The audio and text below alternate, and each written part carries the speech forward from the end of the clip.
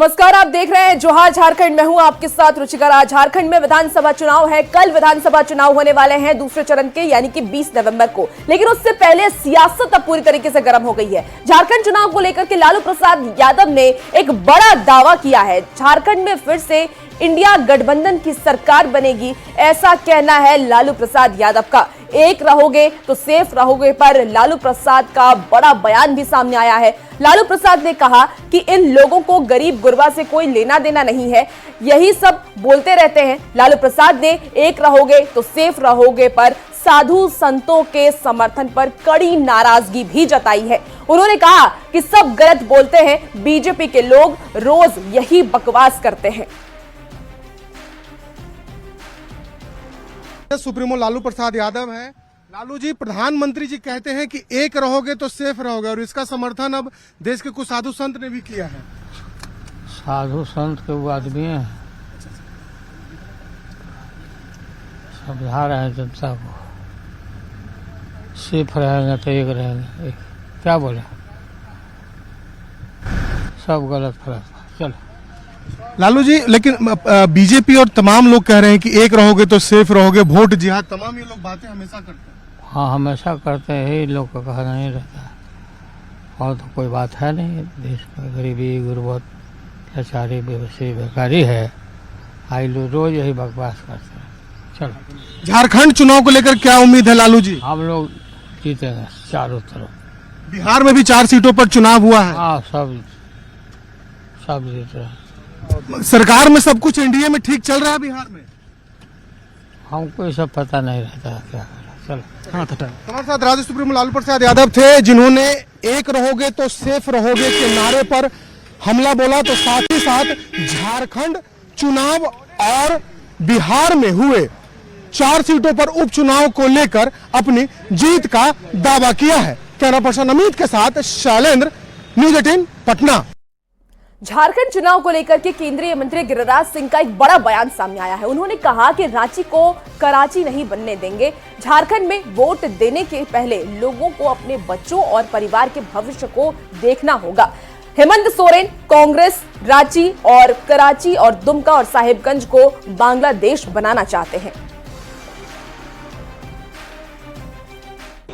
जो हालात हेमंत सोरेन ने कर दिए हैं, कांग्रेस ने कर दिया है, वो रांची को कराची बनाना चाहते हैं। वो दुमका, देवघर, सारे जिले को, साहिबगंज को बांग्लादेश बनाना चाहते हैं। अब समय आ गया है कि रांची को कराची नहीं होने दें और दुमका को, साहिबगंज को बांग्लादेश नहीं बनने दें। इसीलिए एक रहोगे तो सेफ रहोगे, बटोगे तो कटोगे, ये लोग हमें बांटने को कांग्रेस तैयार है। इसलिए हमें बचना चाहिए। अब वोट देने के समय कल अपने बच्चों के भविष्य, अपनी बहु बेटियों की इज्जत के लिए हमें सतर्क रहना। तो वहीं दूसरे चरण की वोटिंग से पहले संजय सेठ का बड़ा दावा, उन्होंने क्या कहा है वो आपको बताते हैं। दरअसल संजय सेठ ने कहा कि झारखंड बनने जा रही है एनडीए की सरकार और मुस्लिम कट्टरपंथी ने मतदाताओं पर दबाव बनाने की साजिश की है। तो आपको इस वक्त की बड़ी खबर बता रहे हैं, जहां दूसरे चरण की वोटिंग से पहले संजय सेठ का एक बड़ा दावा सामने आया है। उन्होंने कहा है कि झारखंड में एनडीए की सरकार बनने जा रही है और मुस्लिम कट्टरपंथी ने मतदाताओं पर दबाव बनाने की साजिश की। झारखंड विधानसभा के 38 सीटों का चुनाव प्रचार का शोर समाप्त हो गया, लेकिन कई ऐसे मुद्दे हैं जो जनता के बीच में सवाल उत्पन्न हो रहे हैं। सवाल है संथाल का, खास करके बांग्लादेशी घुसपैठी का, सवाल है लव जिहाद का, सवाल है लैंड जिहाद का। लेकिन अब एक जो मुस्लिम कट्टरपंथी हैं, उलेमा हैं, मौलवी हैं, उन्होंने कहा कि सभी मुस्लिमों को एक होना पड़ेगा हिंदुओं को खिलाफ, और एक फतवा जारी किया है। और इसी संदर्भ में सीधे बात करेंगे हम रक्षा राज्य मंत्री संजय सेठ से। देखो, ये कोई नई बात नहीं है। लगातार ये अभियान, देखो, हम किसी धर्म के खिलाफ नहीं है, लेकिन आप लव जिहाद करोगे, आप लैंड जिहाद करोगे, और अब आप तो हमने वो जमाना भी देखा था जब दिल्ली की जामा मस्जिद से फतवा जारी होता था। अब वह समय फिर लौट रहा है। अभी चुनाव के 10 दिन पहले लोहरदगा से इनके जो प्रमुख है लिखित रूप से आदेश दिया, सभी मुसलमान भाजपा को हराने के लिए, हिंदुओं को हराने के लिए इंडी गठबंधन को वोट दें। यह पूरी तरह चुनाव आयोग के संज्ञान में है। और जिस तरह से ये उलेमा और ये लगातार कि साहब ये भाजपा को हराओ, देश में ऐसा वातावरण खराब कर रहे हैं ये कि हम क्या कह सकते हैं कि लोकतंत्र के लिए अच्छा नहीं है। यही बांग्लादेशी घुसपैठी है, ये प्लान है कांग्रेस पार्टी का, जेएमएम का प्लान है कि बांग्लादेशी मुसलमानों को लाकर जो घुसपैठी उनको बसाओ, वो तो जिंदगी भर हमारे होंगे, जो बंगाल में ममता बनर्जी ने किया। और ये देश हित में नहीं है, देश के खिलाफ है। तभी योगी जैसे मुख्यमंत्री ने क्या कहा, बटोगे तो कटोगे, ऐसे ही नहीं कहा। इन्हीं कारणों से जब इतना बड़ा अभियान एक वोट बैंक के रूप में हमारा श्रमिक मार खा रहा, हमारी बेटियों के साथ अत्याचार हो रहा है, तभी यह शब्द आया। और ये कोई हम कह सकते हैं कि जो लोहरदगा के अंदर जो आया वो उचित नहीं था। कल 38 सीटों पर मतदान होना है और जिस तरह से अगर हम बात करें तो पूरे चुनाव प्रचार में कई तरह के मुद्दे आए। कहीं लव जिहाद का मामला आया, कहीं बोर्ड जिहाद का, कहीं लैंड जिहाद का। अब देखना यह कि जनता तय करेगी कि किसके पक्ष में मतदान किया है। ये 23 तारीख को ही भविष्य बताएगा कि झारखंड की सियासत किस करवट बैठती है। कैमरामैन उमेश के साथ निरंजन सिंह, न्यूज 18 रांची। तो झारखंड विधानसभा चुनाव के दूसरे चरण की वोटिंग कल होने वाली है। कल 38 सीटों पर यह वोटिंग की जाएगी और वोटिंग को लेकर के सुरक्षा की तैयारी भी पूरी कर ली गई है। कई दिग्गजों का दांव कल साख पर लगने वाला है। बता दें कि कई ऐसे दिग्गज हैं जो कल चुनावी मैदान में रहेंगे। शिबू परिवार की अगर हम बात कर ले तो शिबू परिवार के 4 सदस्यों की अग्नि परीक्षा कल होगी। राज्य के पहले सीएम बाबूलाल मरांडी का भी कल टेस्ट होना है। अमर बाउरी और रविंद्रनाथ महतो की किस्मत का भी फैसला कल ईवीएम में कैद होगा। आपको बता दें कि सीता सोरेन, इरफान अंसारी, हफीजुल हसन, बेबी देवी का भी कल टेस्ट होगा। तो इस वक्त की आपको बड़ी खबर, कल दूसरे चरण का चुनाव है और कल कई बड़े दिग्गज चुनावी मैदान में जिनका टेस्ट होगा। झारखंड विधानसभा चुनाव को लेकर के तैयारी लगभग पूरी हो गई है। मतदान कर्मियों को बूथ के लिए रवाना किया भी जा चुका है और हजारीबाग के संत कोलेबंस महाविद्यालय को डिस्पैच सेंटर बनाया गया है। यहां से 510 मतदान केंद्र के लिए आज मतदान कर्मियों को कड़ी सुरक्षा के बीच ईवीएम, वीवीपैट और अन्य सामग्री के साथ रवाना किया जा रहा है। चल रहा है और हम लोग भी जोर शोर से तैयारी में लगे हुए हैं। इलेक्शन कराने को लेकर काफ़ी उत्साहित रहते हैं हम लोग और थोड़ा सा स्ट्रेस रहता है स्टार्टिंग में, लेकिन इलेक्शन जब स्टार्ट हो जाता है तो सारा स्ट्रेस खत्म हो जाता है। थोड़ा व्यवस्था और लोकसभा से थोड़ा बेहतर लग रहा है हमको। सामग्री वगैरह हम लोग कलेक्ट कर लिए हैं और अपना जो वाहन हम लोग को प्रोवाइड किया गया है, वहाँ जा रहे हैं, थोड़ा सामग्री मिलान करेंगे और फिर जाएंगे और फिर वहाँ का व्यवस्था देखेंगे कि बूथ पर कैसा व्यवस्था है। तैयारी भी हम लोग का बहुत अच्छा है ना, और जहाँ पे जा रहे हैं उम्मीद है कि अच्छे से ही करवा के आएंगे हम लोग। विधानसभा चुनाव को लेकर द्वितीय चरण का मतदान को लेकर कल यानी 20 नवंबर को मांडवी विधानसभा क्षेत्र में मतदान होनी है। बता दें कि उसी को लेकर हजारीबाग या सत कोलंबस महाविद्यालय को डिस्पैच सेंटर बनाया गया है और अहले सुबह से ही जो मतदान कर्मी है यहां से अपने ईवीएम मशीन के साथ अन्य सामग्री को लेकर अपने अपने सेंटर तक पहुंचने का काम करे। बता दें कि इस बार अगर मांडवी विधानसभा के क्षेत्र की हम बात कर ले तो लगभग 4,30,000 मतदाता जो है अपने मताधिकार का प्रयोग करेंगे। वहीं अगर हम मतदान केंद्रों केंद्रों की बात कर ले तो लगभग इस बार जो है 510 मतदान केंद्र बनाए गए हैं, जहां पर कई जो मतदान कर्मी है वो कई सुरक्षा के बीच पहुंचेंगे और इस बार जो है मतदान करवाने का काम करेंगे। बता दें कि इस बार का जो द्वितीय चरण का मतदान होना है उसको लेकर मतदान कर्मियों के बीच भी जो है खासा उत्साह देखने को मिल रही है। यहां पर जो है वीवीपैट मशीन, ईवीएम मशीन और अन्य सामग्री के साथ अपने केंद्र के लिए प्रस्थान करते नजर आ रहे हैं। सुशांत सोनी, न्यूज़ 18, हजारीबाग। झारखंड में कल 38 सीटों पर विधानसभा के चुनाव दूसरे चरण में होने और ऐसे में मतदान कर्मी पूरी तरीके से तैयारी में जुट गया है। गिरिडीह में भी तैयारी पूरी कर ली गई है। जिले भर में 4 डिस्पैच सेंटर बनाए गए हैं। सभी डिस्पैच सेंटर में मतदान कर्मी पहुंच चुके हैं और लाइन में लगकर सुबह से ही ज्वाइनिंग लेटर रिसीव कर रहे हैं। उनके बाद उसका मिलान करके ईवीएम समेत अन्य सामान के साथ पोलिंग बूथ के लिए रवाना होंगे। गिरिडीह से ज्यादा जानकारी दे रहे हैं न्यूज़ 18 संवाददाता एजाज अहमद। 20 नवंबर को दूसरे चरण का मतदान होना है और पूरे झारखंड में 38 विधानसभा सीटों के लिए मतदान होगा, जिनमें से गिरिडीह जिले के 6 विधानसभा भी शामिल है। और इस वक्त हम मौजूद हैं डिस्पैच सेंटर जो झंडा मैदान में बनाया गया है, जहां से सुबह से ही आप देख सकते हैं जो पोलिंग कर्मी हैं, मतदान कर्मी हैं, वे लाइन में लगे हुए हैं और कहीं ना कहीं ये अपनी बारी का इंतज़ार कर रहे हैं। आपको बता दें कि गिरिडीह जिले में 6 विधानसभा में 31 लाख से अधिक मतदाता हैं, जिनमें से अगर पुरुष मतदाताओं की बात करें तो 16,37,000 के आसपास है और महिला मतदाताओं की बात करें तो लगभग 15.5 लाख महिला मतदाता हैं। तो इस प्रकार जिला प्रशासन की ओर से सारी तैयारियां प्रशासनिक स्तर से पूरी कर ली गई है और लगातार कहीं ना कहीं जो ये लोकतंत्र का महापर्व है, इसमें मतदाताओं को बढ़ चढ़कर मतदान करने के लिए प्रेरित किया जा रहा है। एक बार और तस्वीरों में देखिए, कुछ लोग भी हैं यहाँ पर और हम जानने की कोशिश करेंगे। वही ज्वाइनिंग लेटर दे रहा है।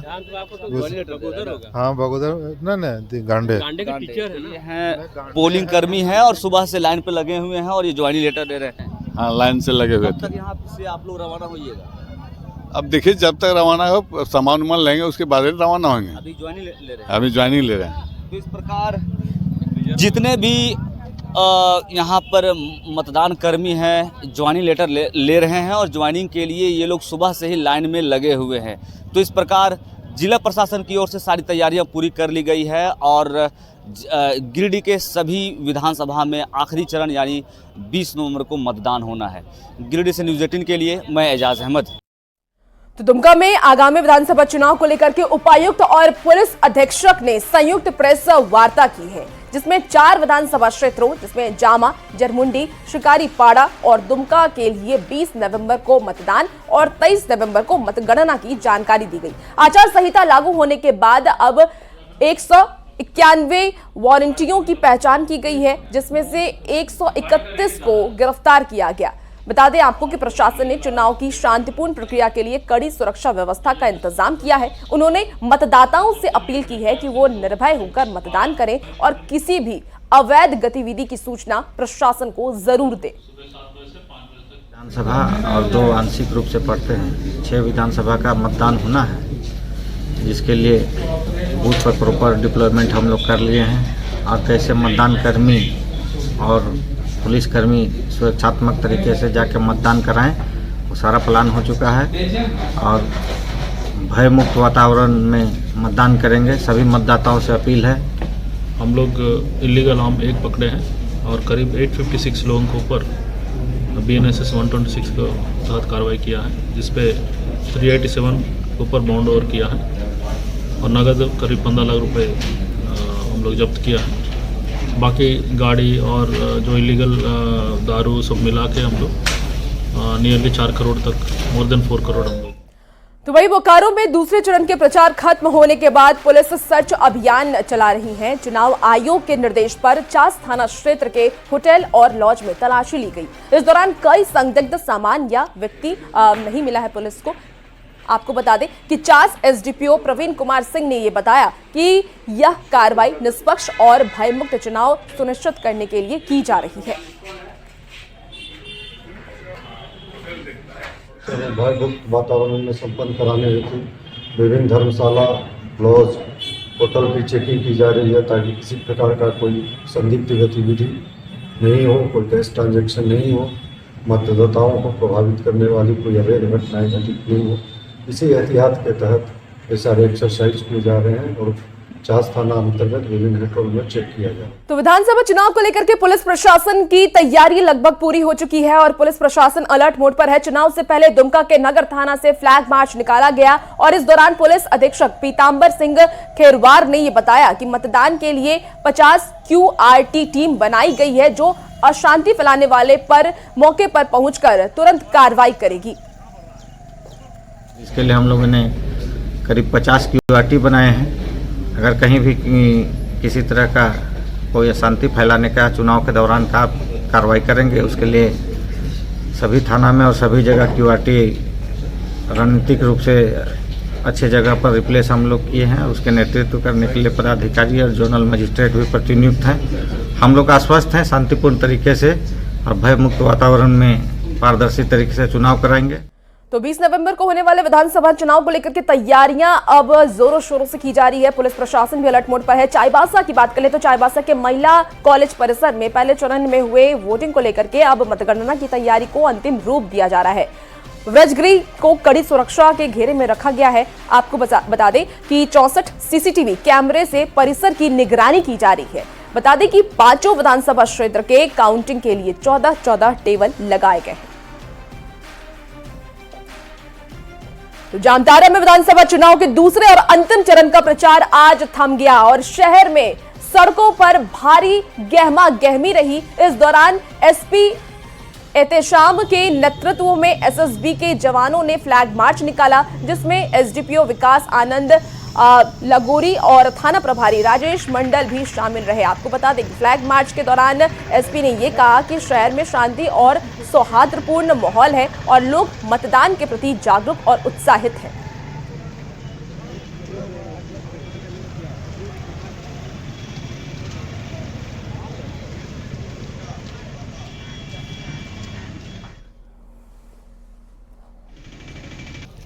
खबर अब गढ़वा से है। गढ़वा के कांडी थाना क्षेत्र के ढबरिया गांव से नाबालिग को बहला फुसलाकर भगाने के मामले में पुलिस ने बड़ी कार्रवाई की है।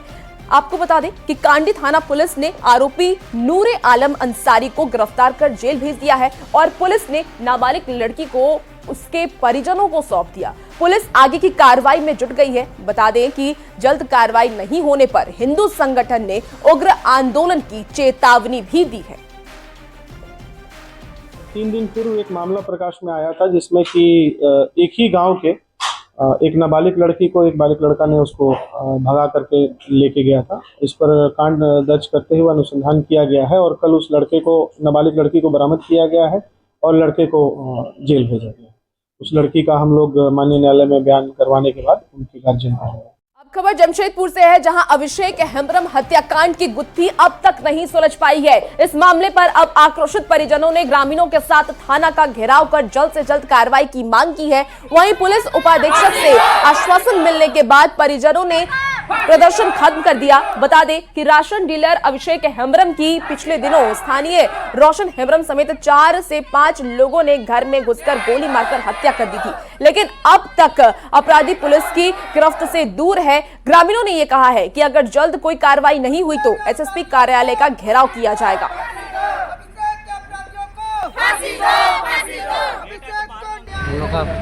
तो अभिषेक हेम्ब्रम पूरा सटा के गोली मार दिया गया है घर में घुस के। तो आज उसके जस्टिस हम लोग मांग रहे हैं कि तुरंत उसको गिरफ्तार किया जाए या तो कुर्की जब्ती कर दिया जाए घर को। जो लोग मारे हैं अब तक नहीं पकड़ाए हैं? नहीं पकड़ाया है, उसका छोटा भाई लोग पकड़ाया है। क्या नाम है जो लोग मारे हैं? रोशन हेम्ब्रम और अभी भोला होना है। अभिषेक हेम्ब्रम की जो गोली मार के हत्या की गई थी उसके घर में घुसकर, उसे को लेके उनके परिवारजन का ये कहना था कि शीघ्र ही उनकी गिरफ्तारी कीजिए। तो हम लोग भी लगातार 3-4 दिनों से गिरफ्तारी का प्रयास कर रहे हैं। लगातार छापामारी भी चल रही है। इवन अभी भी आप देखेंगे कि थाना प्रभारी यहाँ पे नहीं है, वो भी छापामारी पे निकला हुआ है। तो यथाशीघ्र हम लोग कोशिश कर रहे हैं कि जल्द से जल्द इसकी गिरफ्तारी हो। और इसी बीच बड़ी खबर जामताड़ा से आ रही है जहां RPF की बड़ी कार्रवाई हुई है। गंगा सागर एक्सप्रेस से अवैध शराब जब्त किए गए हैं। 96,000 की विदेशी शराब जब्त की गई है। बता दें आपको कि झारखंड विधानसभा चुनाव को लेकर के ये कार्रवाई की गई। चेकिंग के दौरान ट्रेन से अवैध शराब बरामद किया गया।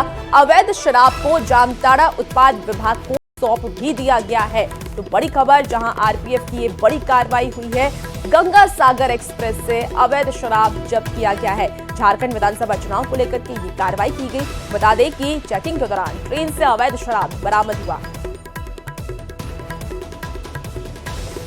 और फिलहाल इस बुलेटिन में इतना ही। खबरों का सिलसिला न्यूज़ 18 बिहार झारखंड पर जारी है।